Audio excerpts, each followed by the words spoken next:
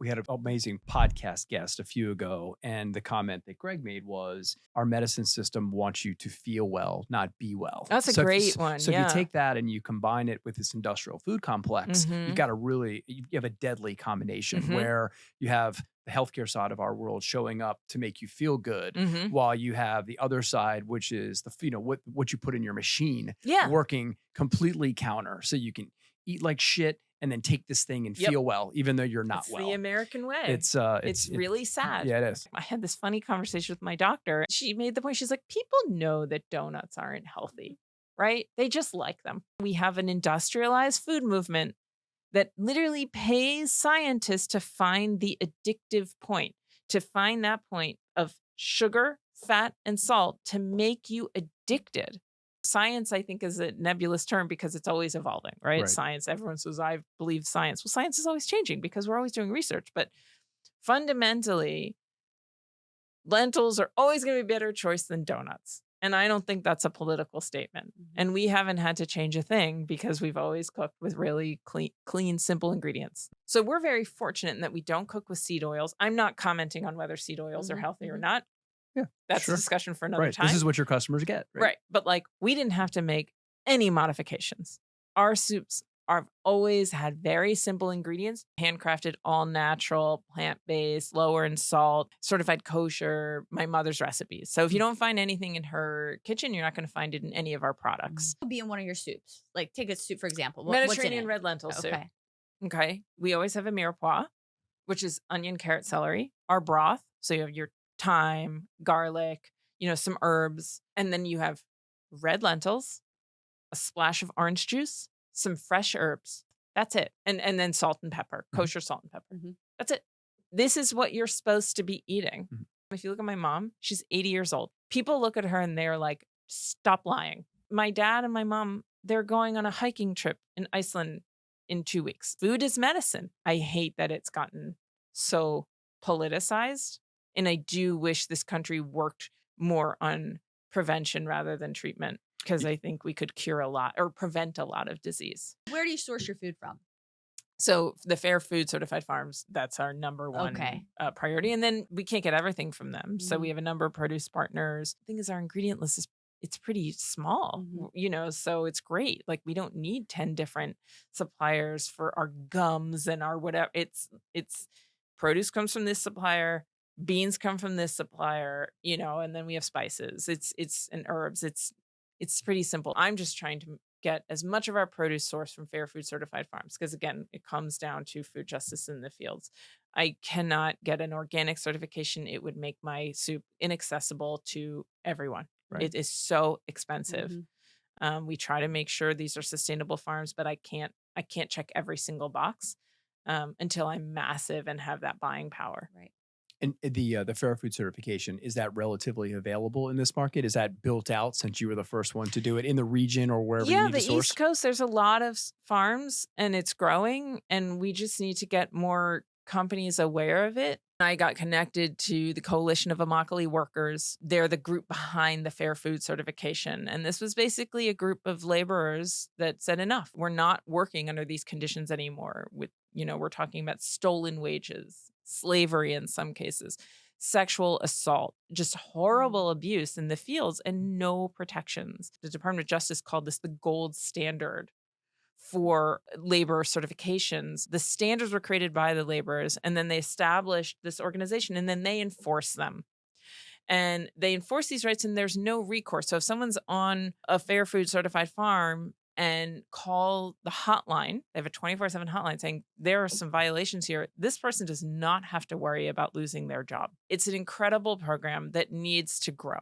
We got connected with them and worked with them to actually create the standards for CPG businesses. Now what we're trying to do is get more companies involved and expand our relationship and really spread the word. They've lost some funding, so it's hard for them to spread the word. So I'm trying to have podcasts, be on podcasts like these and talk about it and expand our Fair Food certified product line to get it in front of more consumers, to get more people asking about it and talking about it. Right before you said the federal organization, DOJ, I thought you were going to say FDA or USDA. It actually wasn't Yeah. That it wasn't those federal organizations that were on board. It was actually the Department of Justice that had to be involved because the treatment was that bad. Exactly. Wow. There's an anti-slavery division of the Fair Food Program that works with DOJ.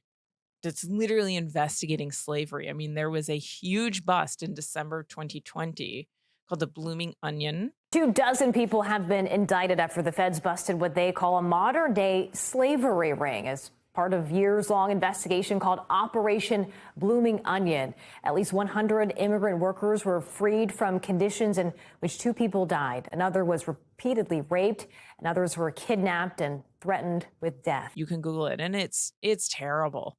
And I mean, you are talking about modern day slavery. Right. And And still, most recently, child labor right up there too, right? As it Absolutely. relates to Yep. some of these processing plants that have a third Mhm. shift, and that third shift, Yeah. the clean aspect of it is done in the wee hours of the morning Mhm. by underage or children in certain spots, in certain areas. Yeah. Unprotected, exposed to horrible chemicals. Sure, blades, right? I mean, these are alone. Yep. cutting facilities. Yeah. So yeah, interesting. Yeah. Huh. And so you mentioned something too in working them, because I imagine there has to be a very happy medium, right? You still have to run the business and Yeah. you still have to do so profitably, or there's Mhm. nothing to talk about, right? All Mhm. those people are going to be working somewhere else if the business fails. What did the back and forth sound like where you wanted to have fair practices, but you also had to run a business and do it profitably, and there had to be enough for everybody to go around? How'd you do it? So we're still figuring that out. I don't know if I have all the answers, but a lot of it is customer communication. I hate to call it a premium product because that implies that it's not affordable to everyone, Right. but it is. Or boutique-y, right? It would Right. even be. And that's not what we're going for. We want this to be available to everyone. American consumers used to spend 30% of their paycheck on food. Now they spend 10. So people expect cheap food. There's no free lunch. Someone is paying the price for these really, really, really incredible discounts. Mhm. You know, I remember seeing a couple of years ago, one of a major retailer that is expanding around the country has these big ads going suspiciously low prices. And I'm like, yeah, thank you for admitting that. You know, that is suspicious. Mhm. Right. And I think part of it is consumer education, right? Of just you got to pay a little bit more, just a little bit, because this is also what you're putting in your body. So it's not only what you're paying for in terms of what goes into the product, the labor and whatnot, but it's what you're putting in your body. And I'm a big believer in food as medicine.